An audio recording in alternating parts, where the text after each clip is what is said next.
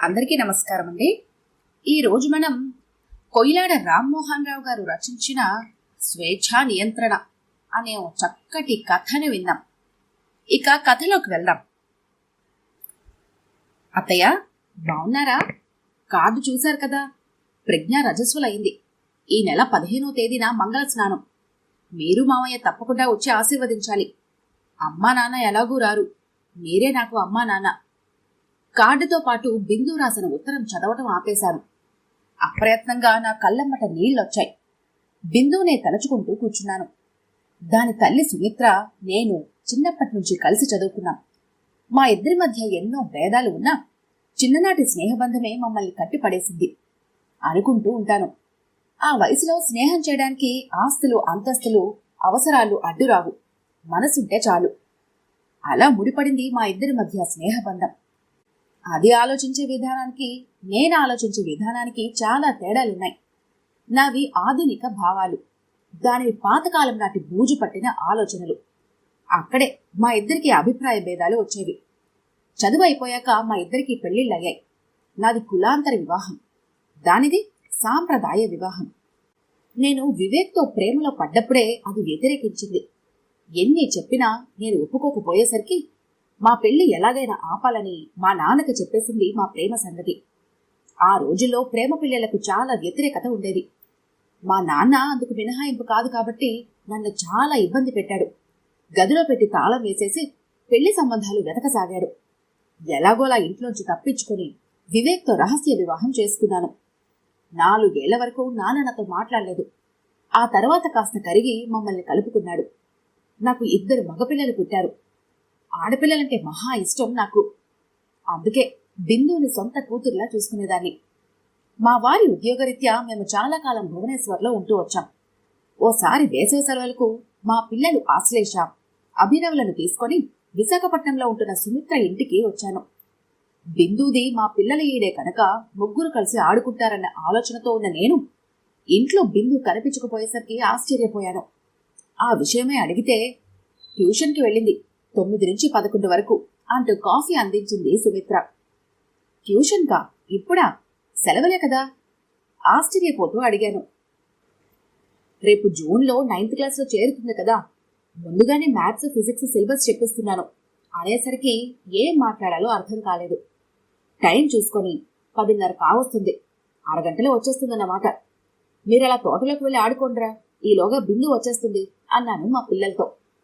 వాళ్ళు కదిలే లోపల, ఆ తర్వాత కూడా దానికి క్లాస్ ఉంది, అయినా నాకు కాస్త ముందుగా చెప్పొద్దు, ఇలా చెప్పా పెట్టకుండా వచ్చేస్తే మీ పిల్లలకు బోర్ కొట్టదు అంది. అంతా నా తప్పే అయినట్లు.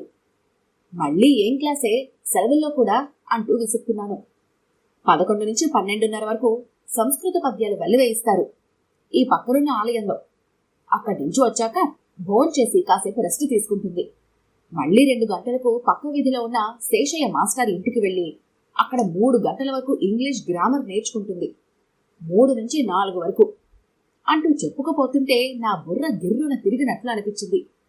సాయంత్రం 6 వరకు సాగదీయబడిన ఆ టైం టేబుల్ నాకు పిచ్చెక్కిచ్చింది.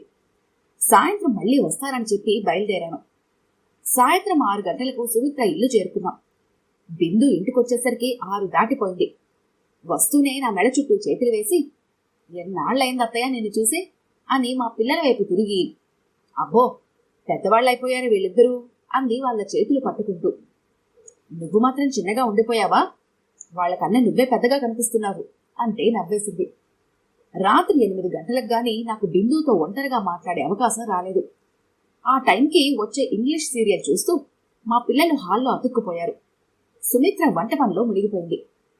ఏమిటి, మీ అమ్మ నిన్ను అలా రాచి రంపాన పెట్టేస్తోంది, సెలవుల్లో కూడా ఎంజాయ్ చేయనేదా అంటూ అడిగాను. జీవం లేనట్లుగా నవ్వింది. అది చూడగానే నా మనసు చివుక్కుమంది.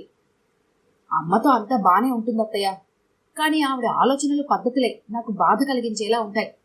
ఈ వేసవి సెలవుల్లో క్లాసులు ఒక్కటే కాదు, నిరంతరం ఏదో విధంగా నన్ను ఇబ్బంది పెడుతూనే ఉంటుంది. నీకు తెలుసుగా, నా తర్వాత అమ్మకు పిల్లలు పుట్టే అవకాశం లేకుండా పోయిందని. అప్పటినుంచి నా ఒక్కగానొక్క కూతుర్ని వజ్రంలా తయారు చేస్తానంటూ కంకణం కట్టుకుంది. చిన్నప్పటి నుంచి నన్ను గొప్ప స్థానంలో చూడాలని తన కోరిక. ఫస్ట్ స్టాండర్డ్ నుంచే నా చదువు విషయంలో జోక్యం చేసుకోవడం మొదలుపెట్టింది.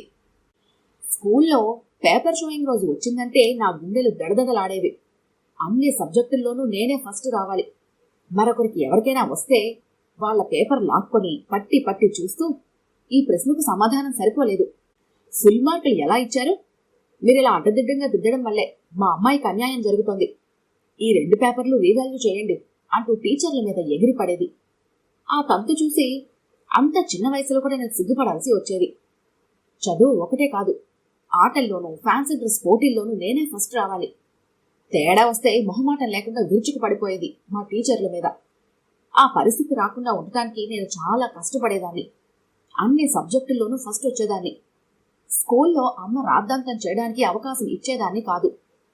7th స్టాండర్డ్కి వచ్చే వరకు నా ఇబ్బందులు ఒక విధంగా ఉంటే, అది దాటాక మరొక రకపు ఇబ్బందులు, కష్టాలు మొదలయ్యాయి. అప్పట్నుంచి అమ్మ పెట్టే ఆంక్షలు చూస్తే నేను చిన్నపిల్లనో పెద్దదాన్నో తెలిసేది కాదు. బట్టలు సరిగ్గా వేసుకో, నువ్వింకా చిన్నపిల్లవనుకుంటున్నావా అనేది ఒక్కొక్కసారి. ఏమిటా మాటలు, పెద్ద నాపసానిలాగా, చిన్నపిల్లలానే ఉండు అనేది మరొకసారి. అప్పటి నుంచి అంతా గందరగోళంగా ఉండేది. దాంతో టెన్షన్ కూడా వస్తూ ఉండేది. ఏ పరిస్థితుల్లో నేను చిన్నపిల్లగా ప్రవర్తించాలో, ఏ పరిస్థితుల్లో పెద్దదానిలా వ్యవహరించాలో నాకు అర్థమయ్యేది కాదు. నా తోటి పిల్లలకు ఏదైనా సమస్య వస్తే వాళ్ళ తల్లులతో చెప్పుకుంటారని విన్నాను. కానీ అమ్మ నాకు చనువు ఎప్పుడూ ఇవ్వలేదు. అలా ఇస్తే డిసిప్లిన్ తప్పుతానని ఆమె అభిప్రాయం. నీకు తెలుసుగా, ఈ వయసులో ఆడపిల్లలకు ఎదురయ్యే కష్టాలు. ఎదిగే కొద్ది శరీరంలో చాలా మార్పులు వస్తూ ఉంటాయి. దాంతో అందరి చూపులు మా మీదే. వయసుతో సంబంధం లేకుండా చిన్న పెద్ద గుచ్చి గుచ్చి చూస్తుంటే సిగ్గుతో చచ్చిపోతున్నాను. కాస్త అందంగా ఉంటాను కాబట్టి వీధిలో వాళ్ళు కొరుక్కు తినేలా చూస్తున్నారు. స్కూల్లో మగపిల్లలు వెంట పడుతున్నారు. ఒకరిద్దరైతే ఇంకో అడుగు ముందుకేసి ప్రేమలేఖలు ఇవ్వడానికి ప్రయత్నించారు. ధైర్యం చేసి ఇదంతా అమ్మకు చెప్పుకుంటే, నువ్వు తిన్నగా ఉంటే మగపిల్లలు నీ వెనకెందుకు పడతారు, లోపమంతా నీలోనే ఉందనిపిస్తుంది అనేసింది అంటూ కన్నీళ్లు పెట్టుకుంది. నా హృదయాన్ని ఎవరో గట్టిగా పిండినట్లు గిలగిల్లాడిపోయాను. చప్పున బిందుని అక్కున చేర్చుకొని ఓదార్చే ప్రయత్నం చేశాను. బిందు చెప్పడం కొనసాగించింది. నా తోటి ఆడపిల్లలు స్వేచ్ఛగా తిరుగుతుంటే నా మీద ఎన్నో ఆంక్షలు. వాళ్లలా జుట్టు విరబోసుకుని హెయిర్ బ్యాండ్ పెట్టుకునే స్వతంత్రం లేదు. టీషర్టు, జీన్స్ ప్యాంటు వేసుకుని తిరగాలన్న కలగానే మిగిలిపోయింది. ఆడపిల్లలకు అంత స్వేచ్ఛ ఇవ్వకూడదట. స్వేచ్ఛ ఇవ్వటం వల్లనే ఆడపిల్లలు పాడైపోతున్నారట. ఎవరెవరు ఎలా పాడైపోయారో ఉదాహరణలతో సహా చెబుతూ నాకు బ్రెయిన్ వాష్ చేయడానికి ప్రయత్నిస్తుంది. అంతెందుకు, ఆశ్లేష్తోనూ అభినవ్తోనూ నేను చనువుగా ఉండకూడదని ఆంక్ష పెట్టింది. అనగానే షాక్ తిన్నట్లు చూశాను. చిన్నప్పటి నుంచి వాళ్ళిద్దరితో కలిసి ఆడుకున్నాను. అన్నదమ్ములు లేని లోటు వాళ్ల వల్లే తీరింది నాకు. ఆ విషయం అందరికీ తెలుసు. అయినా అమ్మకి అనుమానం తప్పడం లేదు. ఇంతకన్నా నరకం ఎక్కడైనా ఉంటుందా అంటూ నన్ను పట్టుకుని ఏడుస్తున్న బిందుని ఓదార్చడం సాధ్యం కాలేదు. ఎందుకంటే నా ఏడుపు కూడా కట్టలు తెంచుకుంది. నేనే ముందు తేరుకొని బిందుని ఓదార్చాను. ఊరుకో తల్లి, ఈ కష్టాలు కలకాలం ఉండవు. మీ అమ్మకు నేను చెప్తానులే అనేశాను గాని నా చేతుల్లో కూడా ఏమీ లేదని నాకు తెలుసు. అలా కొన్ని ఏళ్లు గడిచాయి. మంచి మార్కులతో బిందు ఇంటర్మీడియట్ పాస్ అయింది. హైదరాబాద్లో పేరుగాంచిన విమెన్స్ ఇంజనీరింగ్ కాలేజీలో బిందును చేర్చింది సుమిత్ర. దూరంగా పంపడం ఇష్టం లేకపోయినా అక్కడ క్యాంపస్ ప్లేస్మెంట్లు ఎక్కువగా ఉంటాయని, బీటెక్ పూర్తయిన వెంటనే మంచి ఉద్యోగం దొరుకుతుందని అక్కడే చేర్చాల్సి వచ్చింది. అక్కడ కూడా సుమిత్ర తక్కువేమీ తెలియలేదు. బిందు రూమ్మేట్స్తో మీటింగ్ పెట్టి ఆడపిల్లలు ఎలా ఉండాలి, ఏమేమి చేయకూడదు అంటూ నీతి బోధలు చేయడమే కాకుండా వార్డెన్కు కూతురు గురించి అనేక జాగ్రత్తలు చెప్పి ఆమె ఫోన్ నెంబర్ తీసుకొని రోజు ఫోన్ చేసి కూతురు గురించి తెలుసుకుంటానని చెప్పింది. అలాంటి పేరెంట్స్ని ఎప్పుడు చూడని వార్డెన్కి దిమ్మ తిరిగిపోయింది. ఒకసారి అనుకోకుండా నేను మా వారు హైదరాబాద్ రావాల్సి వచ్చింది. మా వారి బాబాయ్కి గుండె నొప్పి రావటంతో హాస్పిటల్ జాయిన్ అయ్యారు. ఆయన చూడటానికి టాక్సీలో బయలుదేరాం. కానీ దారిలో టాక్సీ ట్రబుల్ ఇచ్చింది. డ్రైవర్ రిపేర్ చేస్తుండగా మా వారు అక్కడే ఉండిపోయారు. నేనలా నడుస్తూ చల్లగా వీచే గాలిని ఆస్వాదిస్తూ ఉండగా కాస్త దూరంలో కొంతమంది ఆడపిల్లలు హడావిడి చేస్తూ కనిపించారు. వాళ్ల హడావిడి ఏమిటో చూద్దామని అటువైపుగా నడిచాను. ట్రాఫిక్ లేకుండా ఖాళీగా ఉన్న రోడ్డు పక్కన బర్త్డే పార్టీ చేసుకుంటున్నారు. ఒక అమ్మాయి కేక్ కట్ చేస్తుంటే మిగిలిన పిల్లలు బర్త్డే సాంగ్ పాడుతూ గ్రీట్ చేస్తున్నారు. అందరి చేతిలోని బీర్ సీసాలు ఉన్నాయి. వాళ్ళ గెటప్లు అల్ట్రా మోడర్న్గా ఉన్నాయి. పొట్టి నిక్కర్లు, స్కట్లు, బిగుతుగా ఉన్న షర్ట్లు సిటీ కల్చర్ని ప్రతిబింబిస్తున్నాయి. వాళ్లలో హుషారుగా కేకలేస్తున్న బిందును చూసి నాకు మతిపోయింది. అక్కడున్న వాళ్ళెవరికీ తీసిపోనట్లుగా ఉంది దాని డ్రెస్సు. అప్పటికే 2 బీర్ సీసాలు ఖాళీ చేసినట్లుంది దాని వాలకం చూస్తే. అక్కడ ఏమీ అనడం బాగుండదని దానికి కనబడకుండా అక్కడి నుంచి తప్పుకున్నాను. మర్నాడు బిందువుని కలిశాను దాని హాస్టల్లో. నెమ్మదిగా నిన్న జరిగిందంతా చూసినట్లుగా చెప్పాను. దాంతో అది షాక్ తింది. తప్పు చేసినట్లు తలదించుకుంది. ఏడుపొక్కటే తక్కువ. నీలాంటి అమ్మాయి ఇలా మారడం సహజం. ఇంటి దగ్గర ఎన్నో ఆంక్షలతో జైల్లో గడిపినట్లు బతికావు. ఇప్పుడు ఒక్కసారిగా స్వేచ్ఛ వచ్చేసరికి దాన్ని దుర్వినియోగం చేస్తున్నావు. తప్పుదారిలో వెళ్తున్నావు. నీ తప్పు తెలుసుకో. ఆడపిల్లలనే కాదు, ఏ పిల్లలకైనా స్వేచ్ఛ ఎంత అవసరమో నియంత్రణ కూడా అంతే అవసరం. ఇలా హద్దు మీరడం ఎవరికీ మంచిది కాదు. తల్లి తర్వాత తల్లిగా చెప్తున్నాను. నా మాట వింటావు కదూ అంటూ తన చేతులు నా చేతుల్లోకి తీసుకున్నాను. అదే మాట అత్తయ్య, మీరు నాకు తల్లి కన్నా ఎక్కువే. నిజమే, నేను తప్పు చేశాను. ఇక నుంచి చెడు మార్గంలో నడవను. నేనెంతో ప్రాణంగా ప్రేమించే మీ మీద ఒట్టేసి చెప్తున్నాను అంది నా చేతుల్లో ముఖం దాచుకుంటూ. ఆర్తిగా దగ్గరకు తీసుకుని దాని నుదుటి మీద ముద్దు పెట్టి, నాకు నమ్మకం ఉంది, ప్రమాణం చేయనవసరం లేదు అన్నాను. ఆనాటి నుంచి బిందు ప్రవర్తన పూర్తిగా మారిపోయింది. బుద్ధిగా ఉండి చదువు పూర్తి చేసింది. ఇంటికి తిరిగి వచ్చాక బిందు మీద ఒత్తిడి మళ్లీ పెరిగింది. ఈసారి కారణం పెళ్లి సంబంధాలు. బిందు ఎక్కడ ఉద్యోగం చేసినా తమతో పాటు అల్లుడు కూడా ఆ ఊర్లో ఉండాలని కండిషన్ పెట్టింది సుమిత్ర. ఆ కండిషన్ కారణంగా చాలా మంచి సంబంధాలు తప్పిపోయాయి. తల్లి మాట వింటే తన జీవితం నాశనం అయిపోతుందని గ్రహించిన బిందు 6 నెలలు ఓపిక పట్టి ఆ తర్వాత తన క్లాస్మేట్ అరవిందులో రహస్యంగా వివాహం చేసుకుని చెన్నైకి వెళ్లిపోయింది.